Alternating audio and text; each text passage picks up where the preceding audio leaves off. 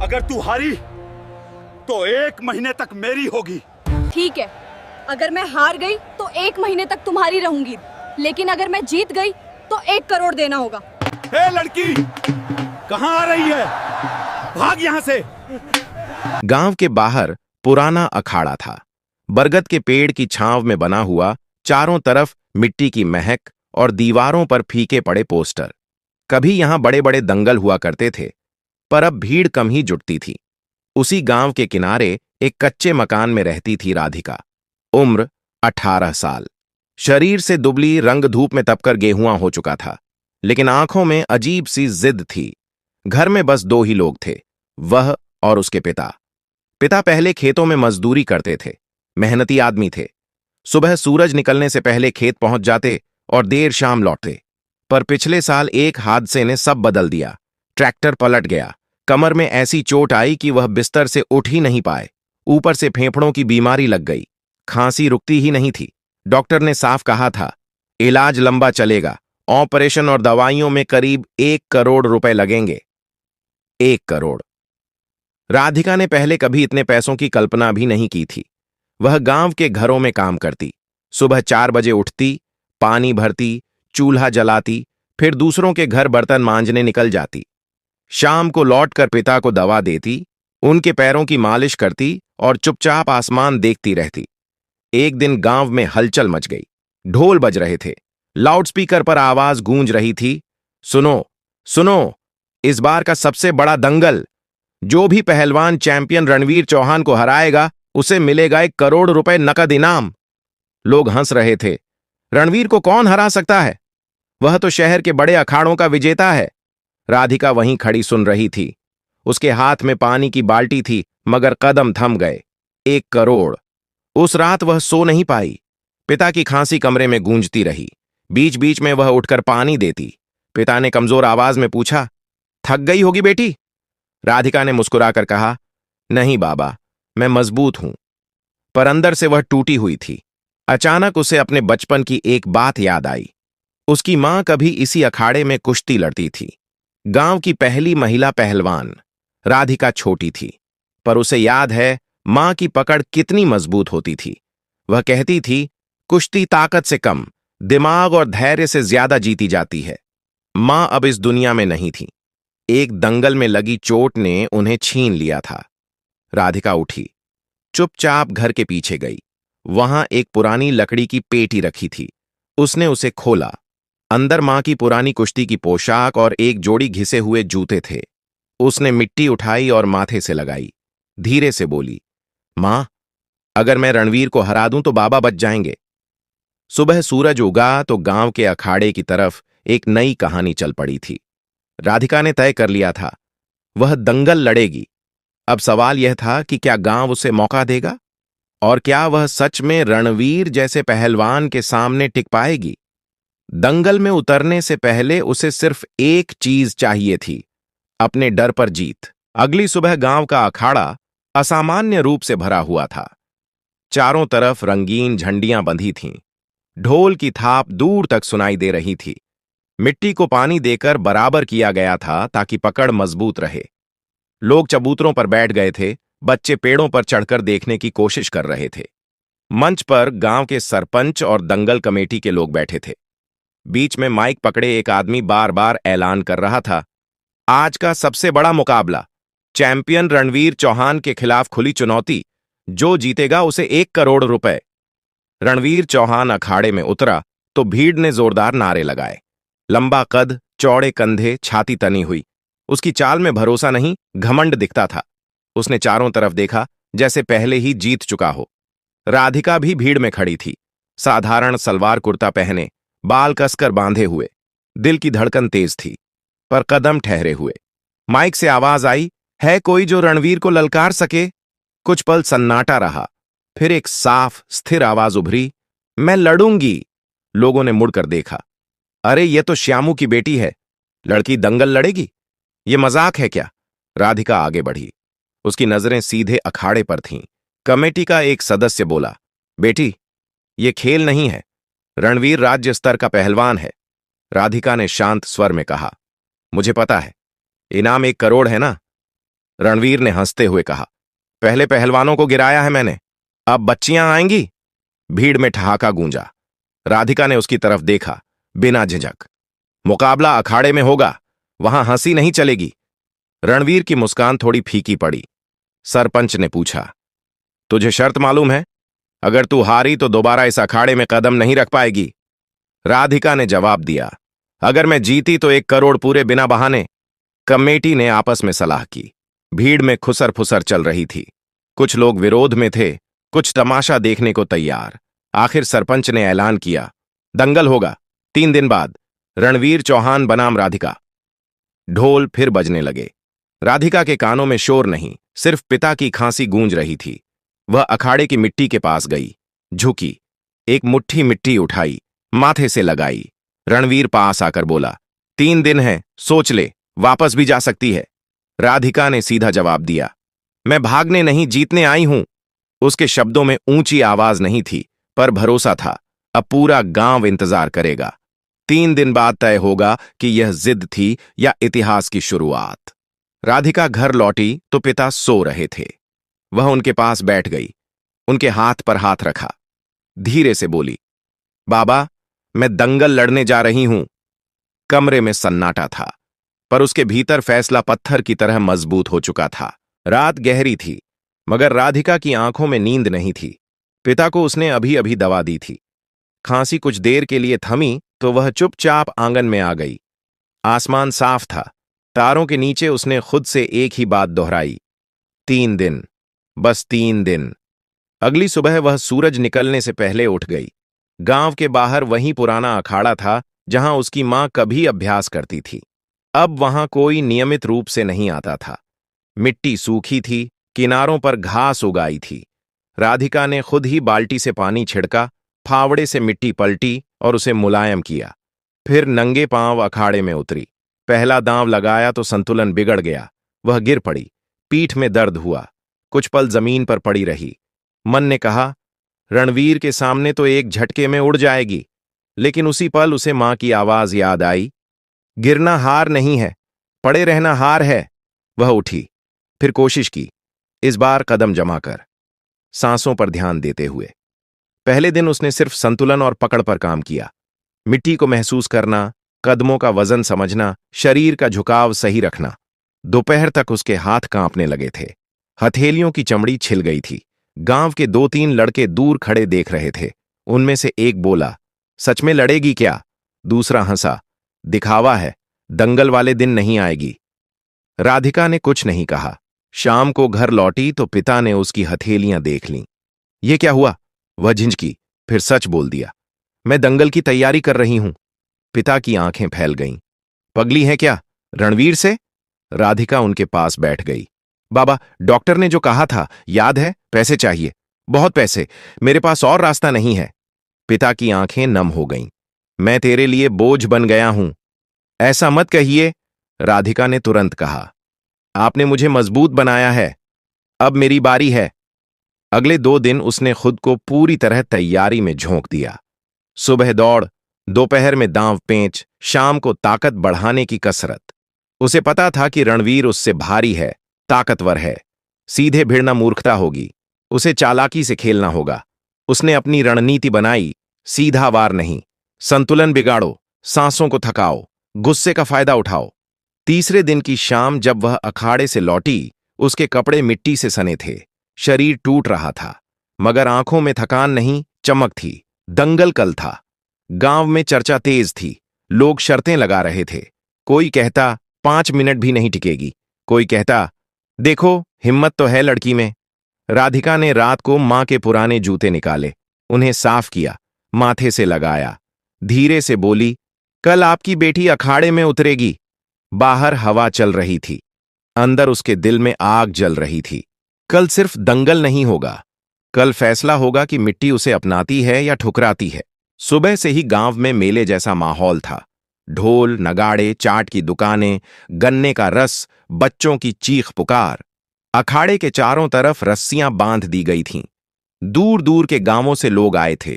राधिका ने आज मां की वही पुरानी कुश्ती की पोशाक पहनी।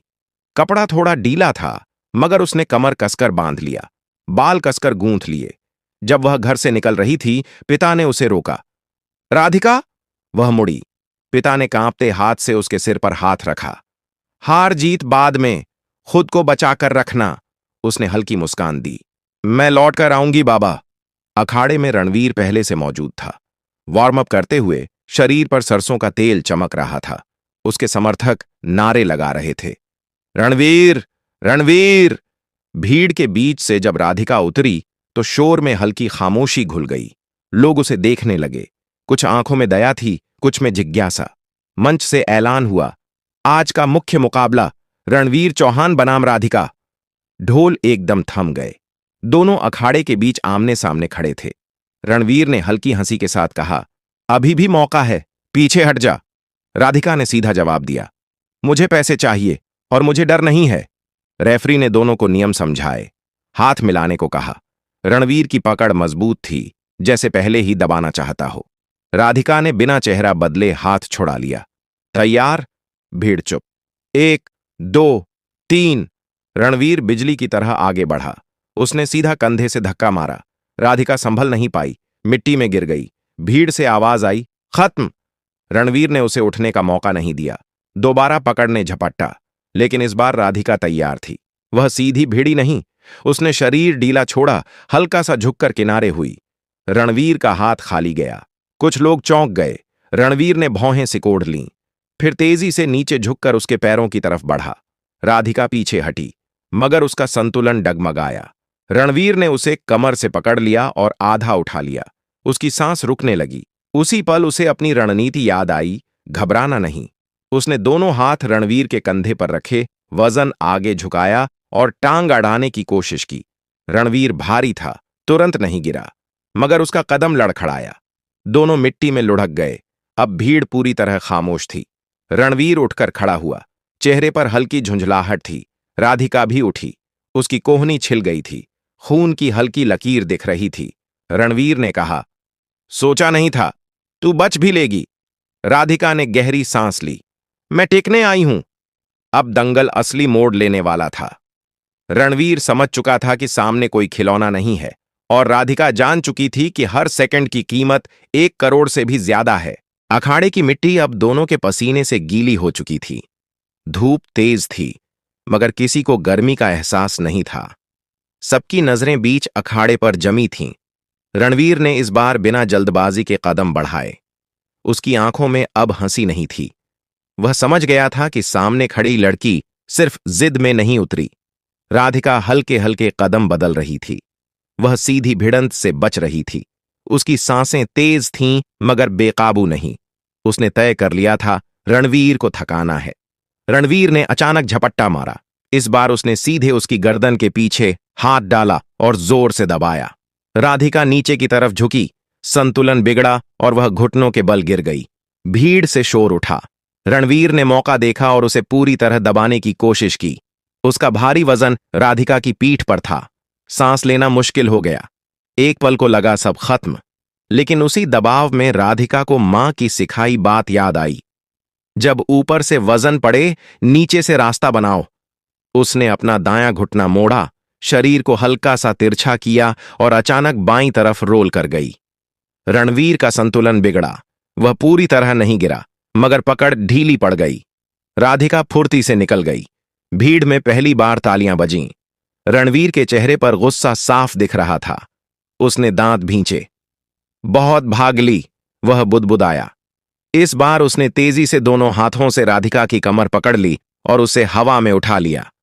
पूरा अखाड़ा एक पल को थम गया। अगर वह पटकी जाती तो उठना मुश्किल था। राधिका ने हवा में ही अपने पैर मोड़े और रणवीर की जांघ पर जोर से एड़ी टिकाई। उसका पकड़ 1 सेकंड को ढीला पड़ा। बस वही सेकंड काफी था। वह नीचे फिसल गई, मगर गिरते गिरते उसने रणवीर की कलाई पकड़ ली। एक झटका दिया। दोनों फिर मिट्टी में गिरे।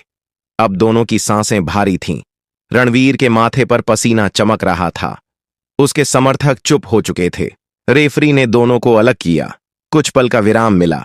राधिका ने दूर से पिता को देखा। वह 2 लोगों के सहारे आए थे। उनकी आंखों में डर था, मगर गर्व भी। उसने खुद से कहा, मैं हार नहीं सकती। विराम खत्म हुआ। इस बार रणवीर ने धीरे धीरे घेरा बनाते हुए कदम बढ़ाए। वह सीधा वार नहीं कर रहा था, शायद रणनीति बदल रहा था। राधिका समझ गई, अब खेल लंबा चलेगा। उसे अपनी ताकत बचाकर रखनी थी, सही पल का इंतजार करना था। अखाड़े में तनाव इतना था कि ढोल भी बंद थे।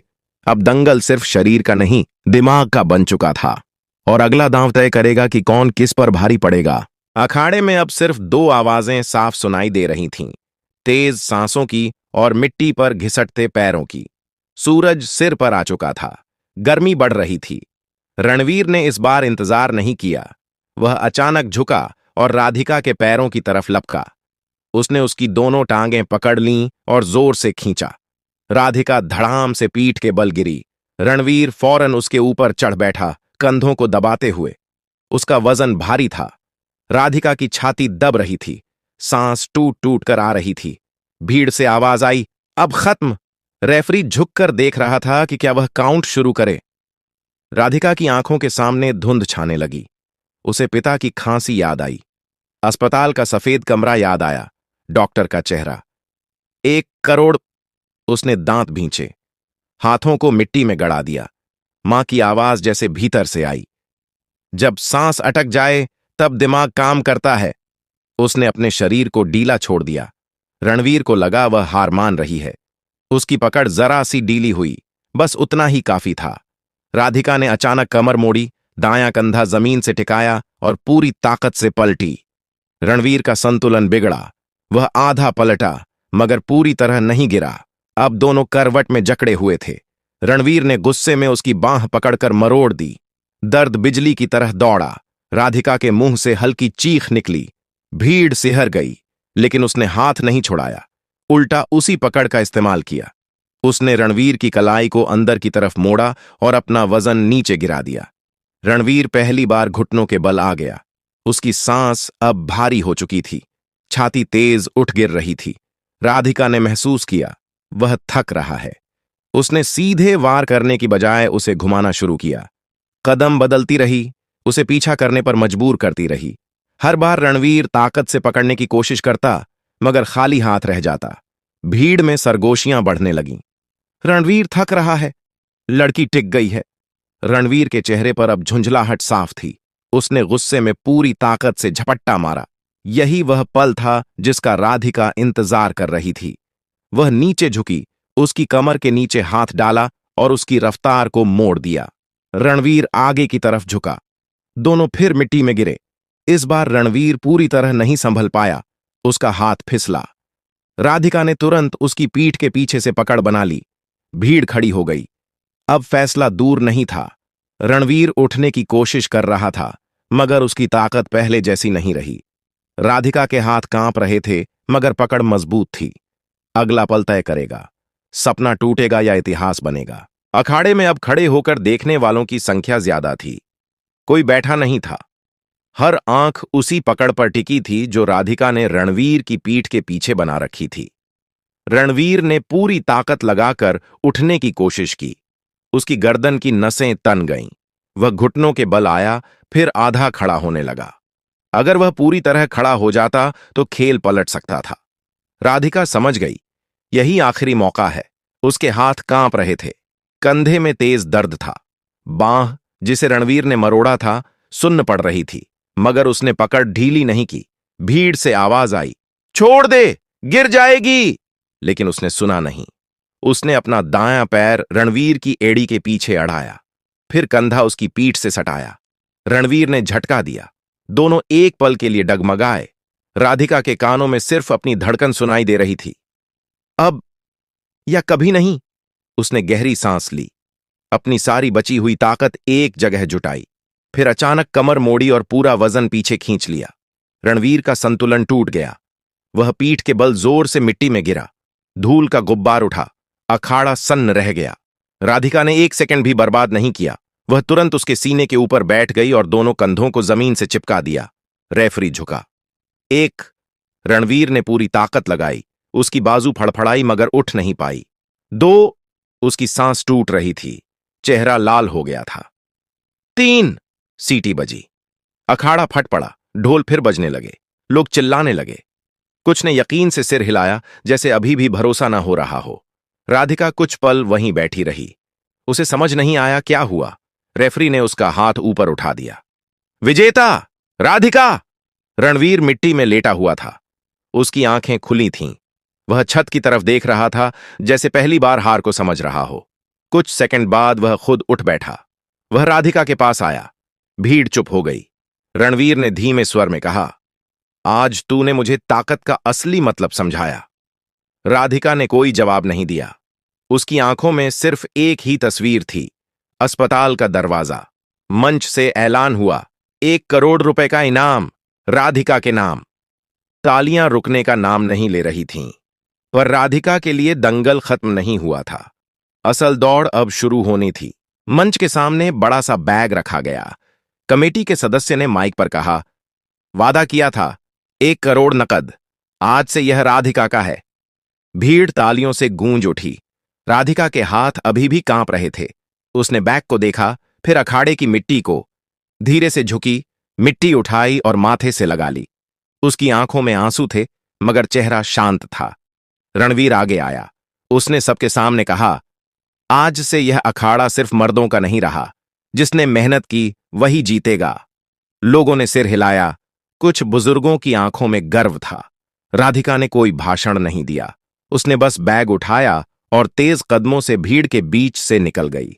गांव के लोग रास्ता छोड़ते गए। कोई कुछ कह रहा था, कोई दुआ दे रहा था। घर पहुंचते ही उसने पिता को देखा। वे दरवाजे पर बैठे थे, आंखों में सवाल। राधिका उनके सामने घुटनों के बल बैठ गई। बैग खोलकर पैसे नहीं दिखाए, बस इतना कहा, बाबा अब इलाज होगा। पिता की आंखों से आंसू बह निकले। उन्होंने उसका चेहरा दोनों हाथों में थाम लिया। तूने कैसे? राधिका मुस्कुराई। मिट्टी ने साथ दिया। अगले ही दिन वह पिता को शहर के बड़े अस्पताल ले गई। कागजी कार्रवाई, टेस्ट, डॉक्टरों की लंबी सूची। इस बार किसी ने पैसे की बात नहीं रोकी। ऑपरेशन लंबा चला। बाहर बैठी राधिका की आंखें बंद थीं। वह हर पल मां को याद कर रही थी। कई घंटों बाद डॉक्टर बाहर आए। ऑपरेशन सफल रहा, खतरा टल गया है। रिकवरी में वक्त लगेगा, मगर उम्मीद पूरी है। राधिका की सांस जैसे वापस लौटी। वह वहीं बेंच पर बैठ गई। पहली बार उसने खुद को रोने दिया। कुछ महीनों बाद पिता धीरे धीरे चलने लगे। खांसी कम हो गई। चेहरे पर रंग लौट आया। गांव में अब लोग राधिका को सिर्फ गरीब मजदूर की बेटी नहीं कहते थे। लड़कियां उसके पास आने लगीं। दीदी, हमें भी कुश्ती सीखनी है। राधिका ने अखाड़े को फिर से जिंदा किया। हर सुबह वह लड़कियों को दांव पेंच सिखाती। पहला पाठ यही होता, ताकत शरीर में नहीं, इरादे में होती है। और याद रखो, जीत हमेशा आखिरी पल तक लड़ने वालों की होती है। 1 साल बाद वही अखाड़ा फिर भरा था। इस बार दर्शकों में शहर के कोच भी बैठे थे। राधिका किनारे खड़ी थी, मुस्कुरा रही थी। उसने 1 करोड़ जीता था। पर असली जीत यह थी कि अब किसी लड़की को अखाड़े में उतरने से पहले 100 बार सोचना नहीं पड़ता था। मिट्टी ने उसे अपनाया था और उसने मिट्टी की सौगंध निभा दी। अगर आपको यह कहानी पसंद आई हो तो इसे लाइक जरूर करें। चैनल को सब्सक्राइब करें ताकि ऐसी और प्रेरणादायक कहानियां आप तक पहुंचती रहें। और कमेंट में अपने शहर या गांव का नाम लिखें। बताइए, आप कहां से देख रहे हैं।